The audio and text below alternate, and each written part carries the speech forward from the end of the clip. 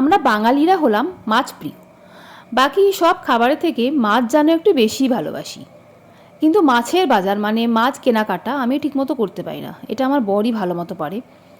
তো এদিন বর সপ্তাহে মাছের বাজার করতে গেছিলো, সাথে আমিও গেছিলাম। অন্যদিন অবশ্য নিজেই গিয়ে নিয়ে আসে, কিন্তু আজ আমিও এসেছিলাম। আসলে আমার নিজেরও কিছু কেনাকাটা করার ছিল। তো মাছের বাজার দেখতে কিন্তু আমার অন্যরকম একটা ভালো লাগা আছে। আসলে ছোটোবেলায় আসতাম বাবার সাথে মাছের বাজার করতে, এই জন্য মাছের বাজারের প্রতি আমার একটা আলাদা রকম ফিলিংস আছে। তো যাই হোক, দেখতে পাচ্ছ অনেক রকমের মাছ ছিল। এর মধ্যে বর কয়েক রকমের মাছ কিনছিল, দরাদরি করছিল, আর আমি দেখতে পাচ্ছ ভিডিও বানিয়ে নিচ্ছি। আসলে এখন মাছ ছেলের কথা মাথায় রেখে কিনতে হয়, মানে ওই কাটার কথা মাথায় রেখে কিনতে হয়। তো সেই মতোই মাছ কিনে নিচ্ছিলাম।